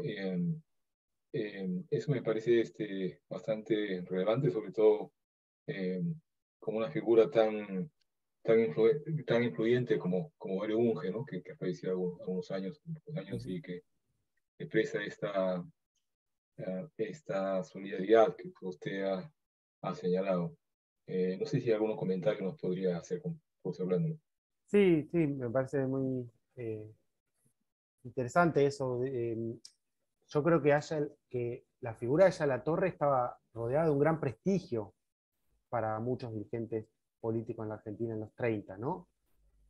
Prestigio construido por muchas de las razones que yo fui, perdón, que yo fui mencionando, pero que tienen que ver con ese atractivo que tenía el APRA para muchos dirigentes en la Argentina, ¿no? Es decir, Aya La Torre era portador de un gran prestigio por ser un dirigente que estaba rodeado de dos virtudes, digamos, para las perspectivas políticas en la Argentina en ese periodo. Por un lado era su capacidad intelectual, reconocida por formar parte de un diálogo de renovación de las ideas latinoamericanistas, antiimperialistas, democráticas en los 20, vinculada con las redes transnacionales del reformismo universitario, en donde, como decíamos hoy, ¿no? Aya La Torre se podía sentar a conversar con ingenieros, con Palacios, con Ugarte, con Vasconcelos, con un montón de referentes muy activos y muy fundamentales para la renovación política y de las ideas latinoamericanas de los años 20, 30, pero también el prestigio de Aya La Torre tenía que ver con su actividad política que lo había llevado mucho más allá de los claustros, y cuya biografía estaba cargada de cierto heroicismo, digamos, y sacrificio, que era valorado. Ahora, yo diría, retomando la pregunta de la impronta revolucionaria del aprismo, yo diría, era reivindicado a la distancia, y que se transformaba en gesto de solidaridad legislativa, pero había algo del sacrificio, de la entrega, ¿no? Que yo pienso que es propio de la década del 2030, ¿no? En donde, por ejemplo, la lucha de Sandino en Nicaragua era muy valorada, era como generaba como un interés particular, porque eran las ideas antiimperialistas no formuladas en un texto, sino defendidas en el campo de batalla, para decirlo de alguna manera, contra la invasión norteamericana.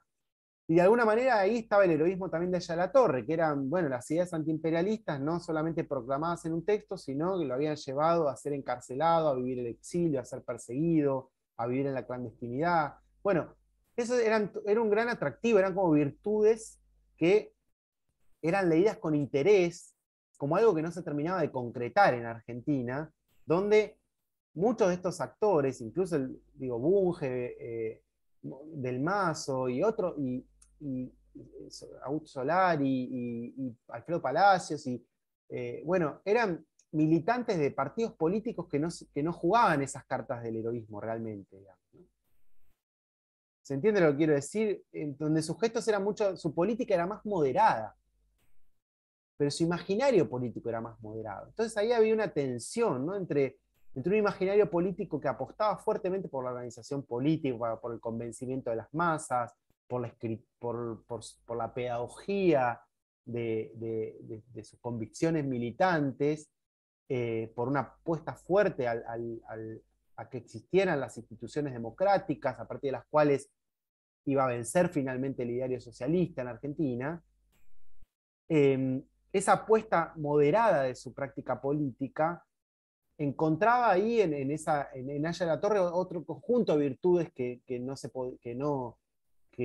traducían en la organización. El Partido Socialista nunca fue un partido revolucionario.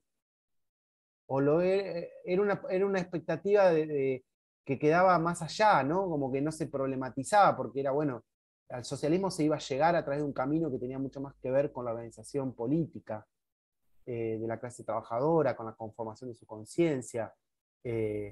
Y el APRA seducía porque también seducía por su impronta revolucionaria, pero no porque esos actores buscaran transformarse en vanguardia revolucionaria en Argentina, no en los 20 y en los 30, ¿no? Tenían otra impronta, tenían otra moderación, tenían otras búsquedas, pero sin embargo no dejaba de seducir esa doble condición de Ayala Torre, ¿no? Un intelectual político, un intelectual revolucionario, un intelectual perseguido, un intelectual sacrificado, un político con características que en Argentina eran más difíciles de encontrar. Bueno, en esa tensión me parece que hay algo interesante de las múltiples recepciones de la figura de Ayala Torre, pero lo que quiero decir es que era reivindicado y admirado por esa doble condición, ¿no? Un intelectual capaz de discutir ideas, de activar redes vinculadas al reformismo universitario, a la vida, a la apuesta por las letras, podríamos decir, como el universo de activación política, pero también a su sacrificio, ¿no? A su activación en las luchas políticas. Yo una vez escribí, hay un capítulo de mi tesis, una vez escribí un artículo que hacía referencia a la figura de Luis Eisen, y yo lo pensaba en términos de metamorfosis, ¿no? Y decía, de agrónomo a cuco. Vieron que ahí se le decían el cuco. Le decían el cuco por su valentía de enfrentarse a la policía, a las persecuciones, pero agrónomo era la figura también reivindicada por sus estudios en la Universidad de La Plata, en donde se había recibido agrónomo. Ahí había una metamorfosis, ¿no? De agrónomo a cuco, que hablaba mucho de las miradas sobre el aprismo desde la Argentina, ¿no? Podía ser reivindicado por sus aportes a pensar el conflicto en el campo, los actores sociales agrarios en la Argentina, pero al mismo tiempo se había transformado en algo mucho más que eso, ¿no? Era como su capacidad de huir heroicamente de la policía, de escaparse, de esconderse, de no ser atrapado. Y era un campo en el que se desplegaba la política en Perú bastante distinto a la lógica de intervención política de los actores en la Argentina. Compañero Bejarano había levantado la mano. ¿Una Sí, pregunta? muchas Adelante. gracias, Elio. Creo que una pregunta al profesor no podría hacerlo, sumamente claro, muy elocuente. Lo felicito realmente, doctor. Está usted muy bien informado, muy bien documentado. Quisiera añadir brevemente de esa larga lista de personajes argentinos que pasaron en la biografía, en la trayectoria de Víctor Raúl. Tenemos que recordar a Leopoldo Lugones y a Storni, poetisa y poetas argentinos prematuramente muertos, fallecidos, que fueron amigos de Víctor Raúl, allá por los años 18, los años 20, en plena reforma universitaria. Y debo recordarle también, recordar de que en el año 1978, siendo presidente de la Asamblea Constituyente en el Perú, el maestro Ayala de la Torre, el único cargo político que tuvo en su larga vida, vino una delegación de senadores colombianos y que estaban visitando diversos países de América Latina, promoviendo, agitando la postulación al Premio Nobel de la Paz al maestro Ayala de la Torre. Y entre los firmantes habían senadores argentinos, habían líderes políticos argentinos que habían conocido a Víctor Raúl. Y obviamente provenían de partidos socialistas, partido democrático, partido radical. Creo que estos apuntes que nos hace el doctor, más estos comentarios que estamos haciendo, es necesario resaltarlo porque son parte no solamente de la biografía política del maestro Ayala de la Torre, sino también de la vida política del Perú y de América Latina. Cuando vino al Perú siendo presidente de la Asamblea Constituyente, ese gran luchador social, Ernesto Cardenal, y se fue a entrevistar con Ayala de la Torre, le dijo: vengo a saludar al primer sandinista de América, al hombre de pensamiento y de acción, al compañero, al hermano Víctor Raúl Ayala de la Torre.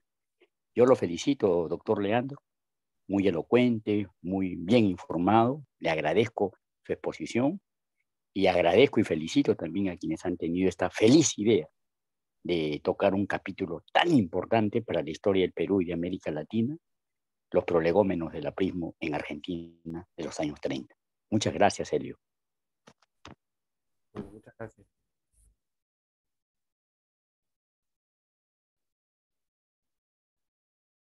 Ay, me parece estar silenciado. Tu micro, Elio. Sí, sí. Gracias, compañero Bejarano, discúlpeme. Y doctor César, para que pueda redondear su faena de hoy día, que ha estado muy interesante.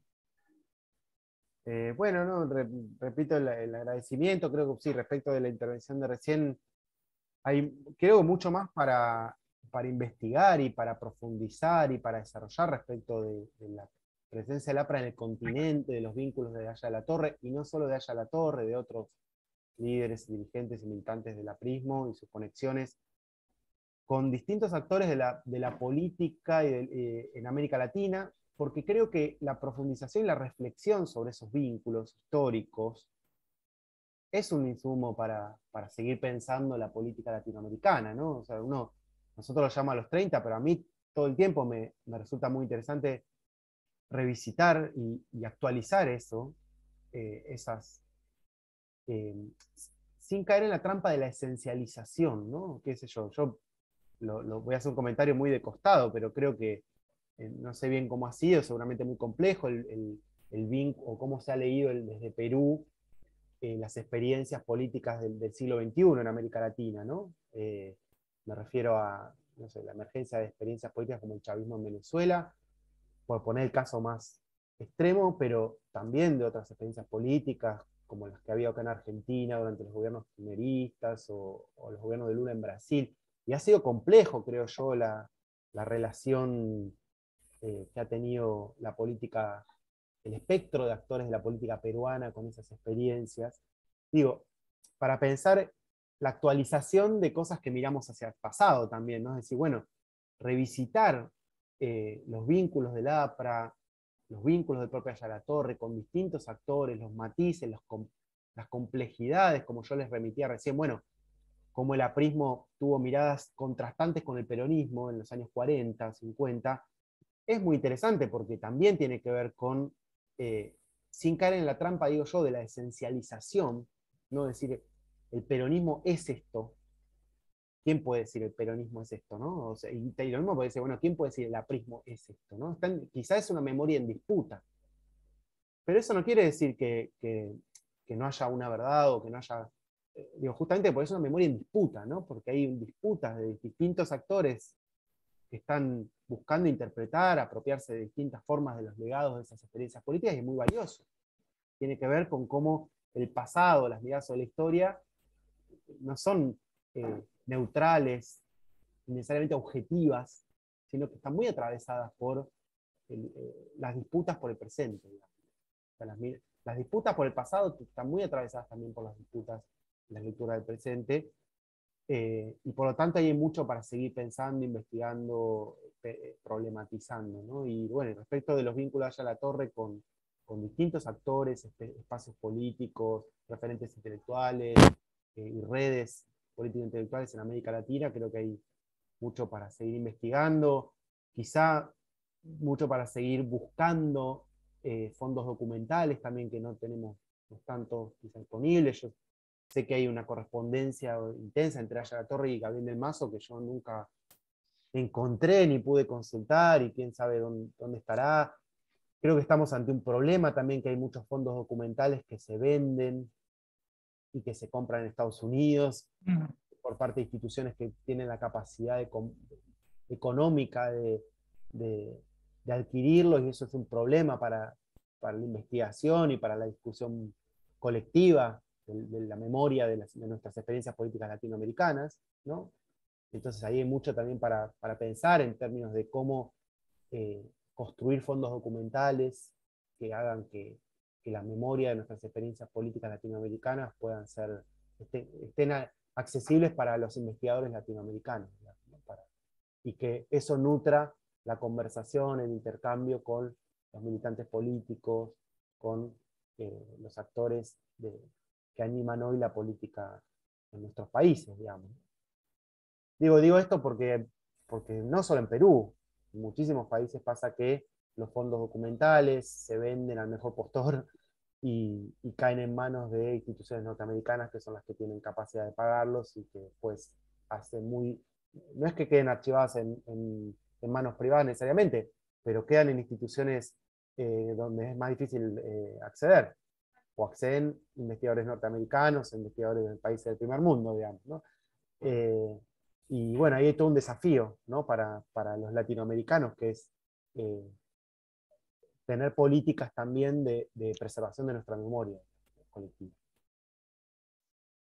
Bien, bueno, pues acaso quería solamente contar que nosotros también tenemos, conformamos en el Comando Nacional de Acción de la Praga un Frente Iberoamericano, en el cual también tenemos varios compañeros que comungan con nosotros en nuestras posiciones y hacemos trabajo conjunto. En este caso me quería presentar por si acaso al doctor César, al compañero José Arévalo, que es el secretario general del Partido Aprista en Argentina, no en la cédula argentina. Él radica allá y cualquier contacto lo podemos también cuente con él, con el compañero Arévalo, ¿no? En este caso, y sobre cualquier información que usted necesite, que se lo pueda proporcionar él o él a través de nosotros, o buscamos a la gente que podamos seguir discutiendo, viendo y discutiendo estas situaciones, ¿no? Muy interesante. Como usted dijo, lamentablemente la privatización de la educación, de la información y la educación son consecuencias del fenómeno imperialista. Y es simple lo que sucede. En nombre del comando. Sí. Bueno, un gusto, y hay por eso muchísimo para pensar, para profundizar, para conocer de los vínculos entre Argentina y Perú, de la dimensión transnacional y continental del APRA, que a mí me parece una experiencia política interesantísima en nuestro continente. Y desde ahí llegué a la investigación. Por supuesto que mis preguntas, mi acercamiento, están atravesadas por un interés que es quizá distinto al que se acerca a la APRA desde la militancia y desde la identidad, pero bueno, tienen no dejan de estar atravesadas también por mis propias convicciones políticas, que que tienen que ver con mis miradas sobre la realidad histórica y la actualidad en América Latina. Sí, doctor, nosotros las discrepancias se dan, nosotros no tenemos por qué pensar igual, pero siempre lo que buscamos es la verdad histórica, ¿no? Y que siempre se escuche nuestra voz, eso es lo principal, y por eso le agradecemos muchísimo su intervención el día de hoy, ¿no? Compañero José Guzmán, también representante del Comando Nacional de Acción de la Praga, que ha sido secretario general colegiado del partido, ¿no? Muy allegado con Valle de la Torre, igual que todo el colegiado. Tenemos la vivencia nosotros de guía directamente que se ha trabajado con nuestro jefe, como siempre decimos, nuestro jefe ya tenía varios apelativos, ¿no? Mi generación, por ejemplo, le decía el viejo, era cariñosa, ¿no? Las primeras generaciones le decían el hombre, porque no podían decir su nombre por la clandestinidad. Entonces le decían el hombre, el hombre. Mi abuelo hasta el final decía, no, pues el hombre, no has escuchado lo que el hombre dice, el hombre le dice, nunca le decían esta rama. Y la primera generación era así, el hombre, ¿no? Curiosidades, por eso le dije al comienzo, es muy rica nuestra tradición oral y vida, ¿no? O sea, es una historia. Bien. Bueno, ojalá si tengo la oportunidad de ir a Perú, que me interesaría muchísimo, también, como les decía, por mi interés de rastrear otras fuentes y de seguir buscando archivos y bueno, ojalá también tengamos la oportunidad de conocernos personalmente y de seguir intercambiando sobre la historia del APRA, que es muy interesante. Gracias, doctor César. A nombre del Comando Nacional de Acción del APRA, le agradezco sinceramente su intervención y el tiempo que nos ha dedicado, ¿no? Y la paciencia por nuestras preguntas. Somos muy preguntones, toditos somos muy preguntones. Pero siempre viendo el tema real, ¿no? La historia, ¿no? No somos ningunos cerrados ni tapados ni nada, ¿no? Viendo la verdad histórica y también contando lo que nosotros, en nuestra opinión, dando nuestro alcance, un sincero intercambio de opiniones. Nuevamente nuestro agradecimiento, doctor César, en nombre del Comando Nacional de Acción del APRA, ¿no? Gracias por atender la gestión del compañero Emiliano Palacios. También le agradezco sus oficios para poder contactarlo. Y bueno, nosotros los apristas solemos cerrar cualquier conferencia en la cual participamos con un saludo característico, ¿no? Y por lo cual invito a todos los compañeros a aperturar sus micros, volviendo a reiterar el agradecimiento al doctor Leandro César. Los compañeros de apristas, simpatizantes que también nos ven, los invito como vuelvo a repetir, a aperturar sus micros y despedirlo de nuestra manera característica. Compañero Víctor Raúl. Presente. Compañero Víctor Raúl. Presente. Compañero Víctor Raúl. Presente. Vive el APRA, compañeros. Vive el APRA. Doctor César, muchas gracias nuevamente. Bueno, hasta otra oportunidad. Y un gusto. Muchas gracias, doctor César.